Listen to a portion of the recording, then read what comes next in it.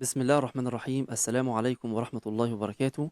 أبنائي وبناتي طلبة وطالبات الصف الأول الإعدادي، برحب بكم وبهنيكم بالانتقال من المرحلة الابتدائية إلى المرحلة الإعدادية، وإن شاء الله تكونوا فيها من المتفوقين بإذن الله. طبعا يا جماعة الرياضيات في الإعدادي بتنقسم إلى إيه؟ إلى جبر وهندسة، وكل ترم إن شاء الله ليهم امتحانات منفصلة عن بعض، والرياضيات سهلة بإذن الله. وهنبدأ بإذن الله تعالى بأول درس من دروس الجبر، الأعداد النسبية. طبعا يا شباب احنا عارفين ان احنا قبل كده في المراحل السابقة خدنا الاعداد.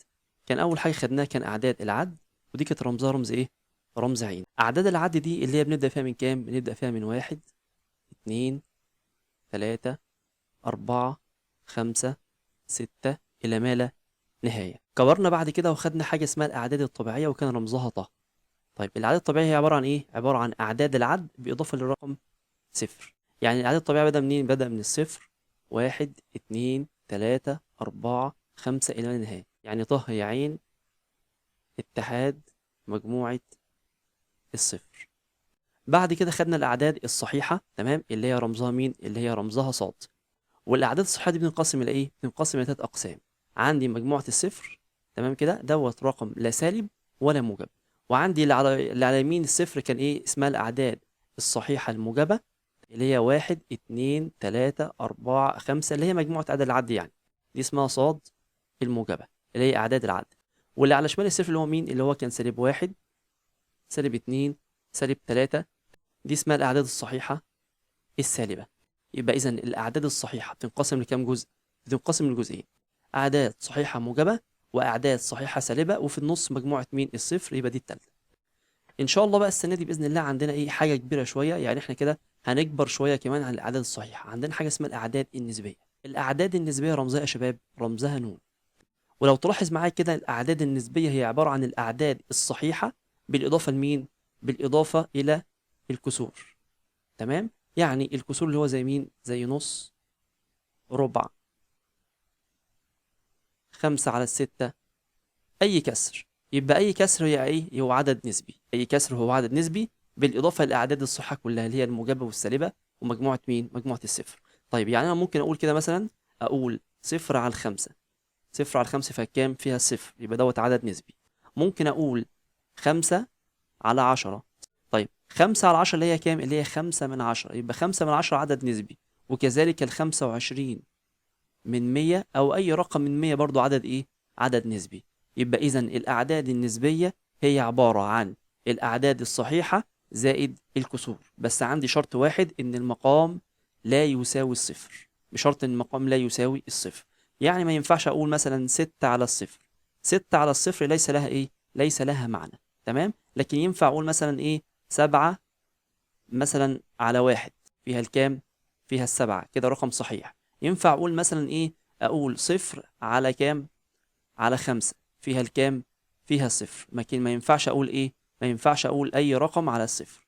الأعداد النسبية هو أي عدد في صورة بسط ومقام، سواء كان كسر أو عدد صحيح، بس عندي شرط واحد: المقام لا يساوي الصفر. يبقى ملخص اللي أنا خدته يا شباب اللي هو إيه؟ قلنا إن جزء من صاد، وصاد جزء من مين؟ من نون. تمام كده؟ إن الأعداد الطبيعية جزء من الأعداد الصحيحة، وكلها إيه؟ والأعداد الطبيعية والصحيحة جزء منين؟ من الأعداد النسبية. طيب في حاجة برضو هفكرك بيها خدناها قبل كده. لو أنا عندي صاد شلت منها مجموعة الصفر، هيساوي إيه؟ هيساوي حاجة اسمها صاد ستار، تمام، أو صاد نجمة. صاد نجمة دي اللي هي صاد بس شلنا منها إيه؟ مجموعة الصفر. وأي حاجة ستار يعني متشال منها الصفر. تمام كده يا جماعة؟ في حاجات مهمة جدا لازم أعرفها في الأعداد النسبية: إن الصفر عدد نسبي غير موجب وغير إيه؟ وغير سالب. يبقى الصفر عدد نسبي غير موجب وغير سالب. أي عدد صحيح ينتمي لنون. أي عدد صحيح ينتمي لنون. إزاي يا مستر؟ يعني أنا عندي الاتنين، دوت عدد صحيح صح؟ لو حطيت له تحت واحد بقى 2/1، بقى عدد ايه؟ بقى عدد نسبي. لو انا عندي 5 مثلا، اقول 5 على كام؟ على 1. طب لو عندي 9، اقول 9 على ايه؟ على 1. كل دي اعداد نسبية. طبعا 2/1 فيها الاتنين، و5/1 فيها الخمسة، و9/1 فيها التسعة، وهكذا. يبقى اي عدد صحيح ينتمي لنون. اي كسر مقامه صفر لا ينتمي لنون. انا قلت لك من شوية ان مثلا عندي ايه؟ عندي 5 على الصفر ليس لها ايه؟ ليس لها معنى، كده عبير نسبي. طيب الملحوظة الثالثة كمان بيقول لك أي كسر بسطه صفر بيساوي صفر، وقلتها من شوية. لو أنت عندك إيه صفر على الستة بيساوي كام؟ بيساوي صفر. العدد النسبي الذي يكون فيه البسط يقبل القسمة على المقام يكون عددا صحيحا. بمعنى لو أنا عندي 8 على الاتنين فيها الكام؟ 8 على الاتنين فيها الأربعة، بقى كده عدد إيه؟ عدد صحيح. طب أنا عندي عدد نسبي تاني اللي هو إيه؟ 10 على الخمسة، ده كده عدد إيه؟ عدد نسبي. طيب لو البسط يقبل القسمة على المقام يبقى دوت بقى عدد إيه؟ عدد صحيح. يعني عندي 10 على الخمسة فيها الاتنين، تمام؟ وكذلك مثلا الستة على التلاتة، تمام كده، دوت كده عدد إيه؟ عدد نسبي. لو البسط يقبل القسمة على المقام بيكون عدد صحيح. طبعا عندي الستة على تلاتة فيها الكام؟ فيها الاتنين. معانا يا جماعة كده تدريب على ايه؟ على الحاجات اللي احنا خدناها من شوية. بيقول لك هنا ضع علامة ينتمي او لا ينتمي. 8 على 4 بالنسبة لصاد، انا قلت من شوية اخر حاجة قلتها اي كسر البسط يقبل القسمة على المقام بيكون عدد صحيح. طيب 8 على 4 فيها الكام؟ 8 على 4 فيها الاتنين، والاتنين ينتمي لصاد. اللي بعديها 5 على 6، هل الخمسة تقبل القسمة على 6؟ لا تقبل القسمة، يبقى اذا 5 على 6 لا ينتمي لصاد. بس طبعا الخمسة على ستة ينتمي لمين؟ ينتمي النون عشان عدد نسبي. طيب الصفر على الاتنين فيها الكام؟ قلت لك أي رقم البسط بتاعه يكون صفر بيساوي كام؟ بيساوي صفر. يبقى صفر على الاتنين فيها الصفر، وصفر طبعا ينتمي لأعداد مين؟ ينتمي الأعداد الصحيحة. 15 على 100 يعني 15%. لو أنا قلت كده 15% يعني 15 على 100. طبعا 15 على 100 دي في صورة إيه يا شباب؟ صورة بسط ومقام. وقلت لك طبعا كده بقى كسر، وأي كسر ينتمي لمين؟ ينتمي لنون. سالب 4 بالنسبة لصاد. طبعا صاد قلناها من شوية بتنقسم إلى إيه؟ إلى مجموعة الصفر في النص، على يمينها أعداد الصحيحة الموجبة، وعلى شمالها إيه؟ الأعداد الصحيحة السالبة. طيب سالب 4 دوت، سالب 4 دوت كده إيه؟ رقم صحيح، يبقى ينتمي لصاد.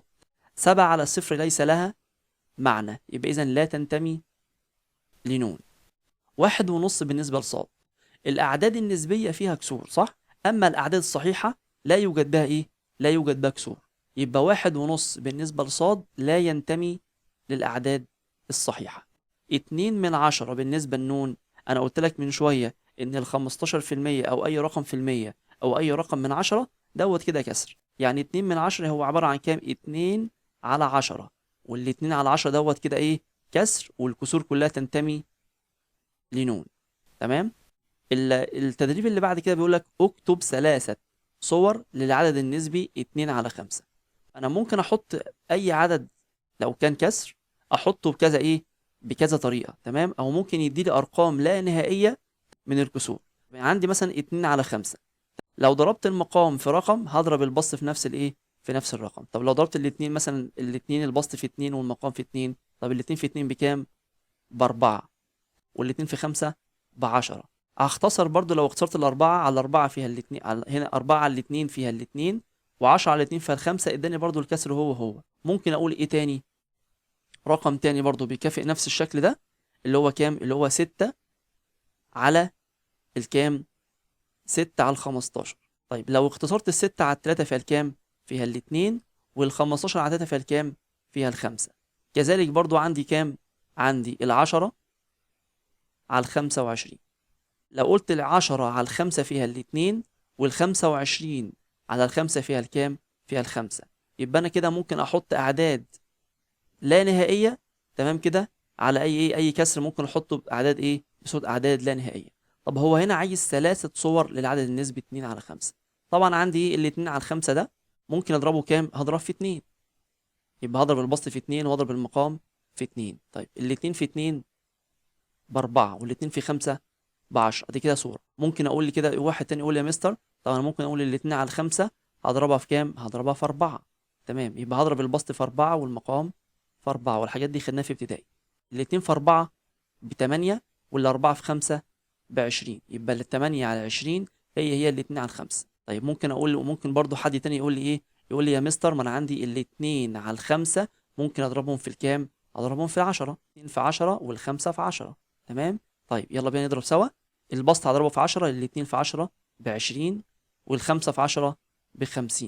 لو طيرت الصفر دوت مع الصفر دوت هيساوي 2 على كام؟ على 5. يبقى انا كده حليت تدريب على اللي انا خدته من شويه على الاعداد النسبيه. نخش على حاجه تانية. طبعا يا جماعه الدرس فيه شويه افكار. عندنا اول فكره من الدرس بتاع النهارده بيقول لك اذا كان الف على ب عددا نسبيا. يعني كده الف على ب في صوره ايه؟ صوره بسط وصوره مقام. فان ب لا يساوي الصفر. يبقى لازم، انا قلت لك من شويه، عشان يكون الكسر عدد نسبي لازم المقام لا يساوي الصفر. طيب الامثله بتاعته بتيجي ازاي، او المثال بتاعته بتيجي ازاي؟ بيقول لك مثال كده: اكتب قيمه س التي تجعل الاعداد التاليه نسبيه. انا هنا لما يقول لي، اول ما يقول لي عدد نسبي، هنا في ملحوظه مهمه. بيقول لك اذا كان العدد نسبي نتعامل مع مين؟ نتعامل مع المقام. هبص للي تحت على طول. هو انا دلوقتي الشرط بتاعنا بيقول لك كده، بيقول لك ان العدد او الكسر عشان يكون نسبي لازم المقام لا يساوي الصفر. هو السين دي تبقى بكام لو شلت منها 5 تساوي صفر؟ هتيجي تقول لي ايه؟ لما يكون عندك رقم خد اللي بعديه، يكون عندك مجهول خد اللي بعديه واقلبه. هو السين اللي بعدها سالب 5 عكسها كام؟ عكسها 5. يبقى 5 ناقص 5 بتساوي ايه؟ صفر. يبقى عشان خاطر الرقم دوت يكون نسبي لازم السين لا تساوي الخمسة. تمام؟ عشان لو دي 5 مثلا هيبقى 5 ناقص 5 بتساوي صفر. طبعا ما ينفعش، لازم اخلي السين دي عدد غير مين؟ غير الخمسة عشان يكون عدد نسبي. هنخش على المسألة اللي بعديها. بيقول هنا س على س زائد 2 امتى يكون عدد نسبي دوت؟ لما المقام لا يساوي الصفر. طيب هو ايه الرقم اللي هنا اجمعه على 2 يديني صفر؟ طبعا في واحد ايه شاطر يقول ايه، انا قلت لك من شويه ايه اللي بعد السين هات عكسه. طيب اللي بعد السين هات ايه؟ هات عكسه. طيب س زائد 2 يبقى عكس سالب 2 زائد 2 كام؟ موجب 2. هتقول لي سالب 2. يبقى لو س دي بتساوي سالب 2 هتقول لي كده رقم ومعكوسه بيساوي صفر. يبقى عشان يكون دوت عدد نسبي لازم س لا تساوي الكام يا شباب؟ السالب 2. المسألة التالتة بيقول لك 2 على 2 س. امتى الرقم دوت او امتى المسألة دي تكون ايه؟ تكون الكسر دوت يكون نسبي عندما المقام لا يساوي الصفر. هتقول لي الاتنين س امتى تساوي صفر؟ لو س بتساوي صفر، عشان خاطر الاتنين في صفر بكام؟ بصفر. يبقى عشان يكون عدد نسبي دوت يكون هنا ايه؟ عدد نسبي. اقول له السين لا يساوي الصفر.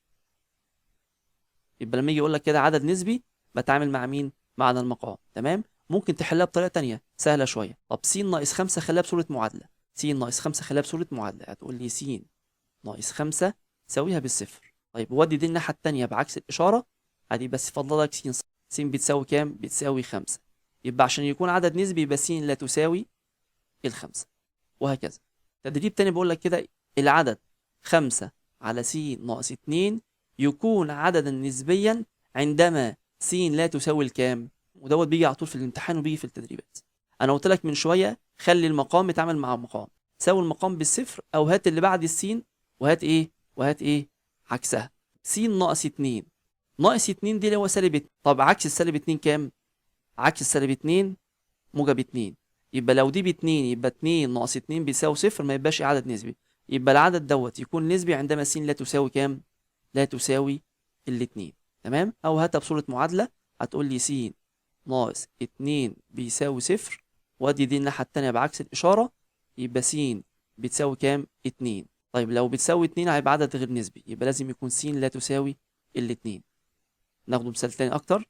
يقول لك هنا 1 على س يكون عدد نسبي عندما س لا تساوي، طبعا ايه؟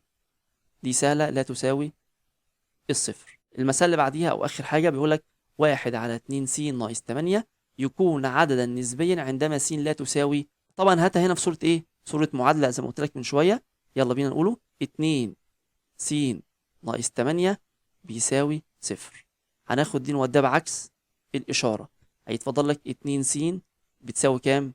بتساوي 8. طيب عايز أخلص من الاتنين هعمل إيه؟ هقسم عليها. هقسم هنا على الاتنين وهنا على الاتنين. الاتنين راحت مع الاتنين، وتمانية على الاتنين فيها الكام؟ فيها الأربعة. يبقى إذا العدد دوت يكون عدد نسبي عندما س لا تساوي، لا تساوي كام؟ لا تساوي الأربعة. تمام؟ يبقى الأول لا تساوي 2، التاني لا تساوي الصفر، التالت لا تساوي الأربعة. الفكرة التانية يا جماعة بيقول إذا كان العدد النسبي أ على ب بيساوي صفر فإن أ بيساوي صفر. طيب الفكرة اللي فاتت قلنا إيه؟ قلنا إذا كان العدد نسبي المقام لا يساوي صفر. اما هنا اذا كان العدد النسبي بيساوي صفر يبقى هبص لايه؟ للبسط واساويه بالايه؟ بالصفر. انا عندي مثال هنا بيقول لك اذا كان العدد النسبي س ناقص 3 على س زائد 3 بيساوي صفر فاوجد قيمة س. تمام؟ لو العدد النسبي بيساوي صفر هتعامل مع مين؟ مع البسط. مديلك ملحوظة على جنب بيقول لك إذا تساوى الكسر بالصفر فإن البسط بيساوي صفر. طب عشان دي كده أخلي الكسر دوت بيساوي صفر هعمل إيه؟ هبص الحالة دي للبسط. تمام؟ وأساوي البسط بالصفر. أقول له س ناقص 3 بيساوي صفر. بقت معادلة. همسك التلاتة دي كده أوديها الناحية التانية بعكس الإشارة. هيتفضل لي هنا مين؟ س. أقول س بتساوي كام؟ بيساوي 3. تمام؟ طيب يبقى 3 ناقص 3 بيساوي كام؟ بيساوي صفر. وزي ما قلت لكم في أول حلقة صفر على أي رقم بيساوي إيه؟ بيساوي صفر. يبقى أنا جبت قيمة س بكام هنا؟ ب3. هناخده أمثلة عليها المفروض نحلها.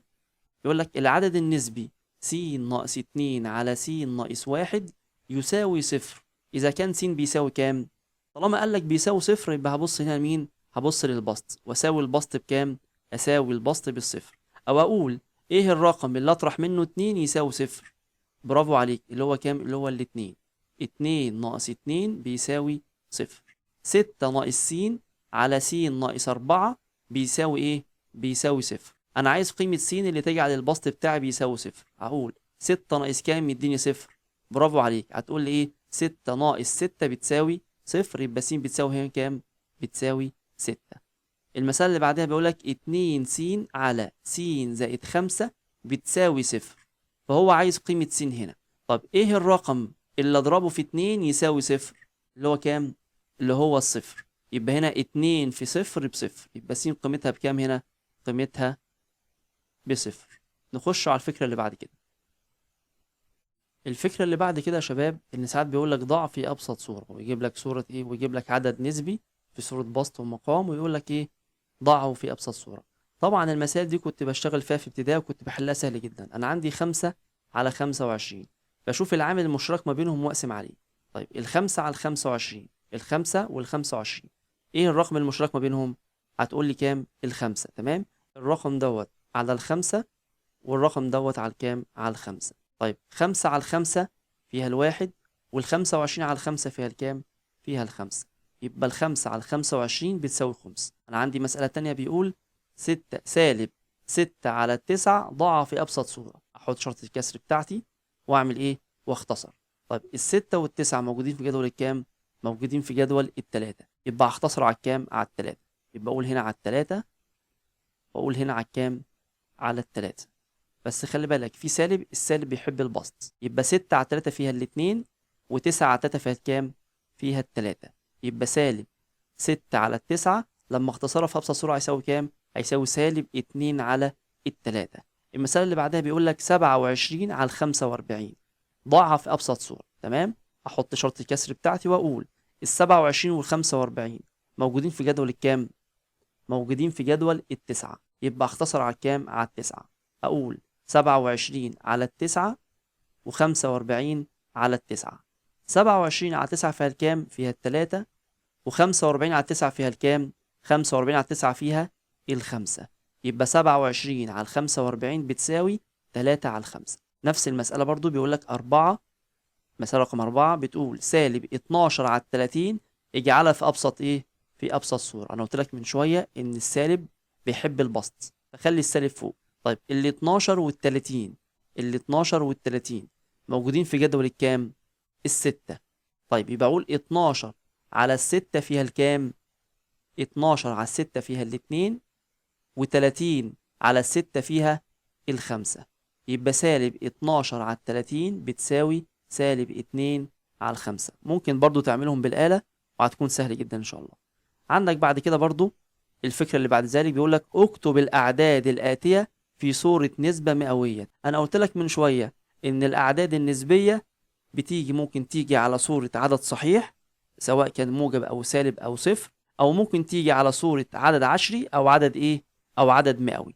9 على 20 عايز أخلي المقام بتاعها بيساوي 20 عشان خاطر أخليها نسبة مئوية. ال20 دي هضربها في كام عشان تبقى 100؟ هضربها في 5. يبقى طالما ضربت المقام في رقم هضرب البسط في نفس الرقم.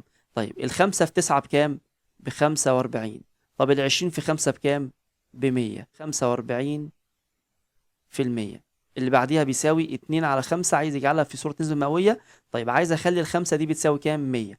طب هضرب ال5 في كام عشان تبقى 100؟ هضرب ال5 في كام عشان تبقى 100؟ هضربها في ال20.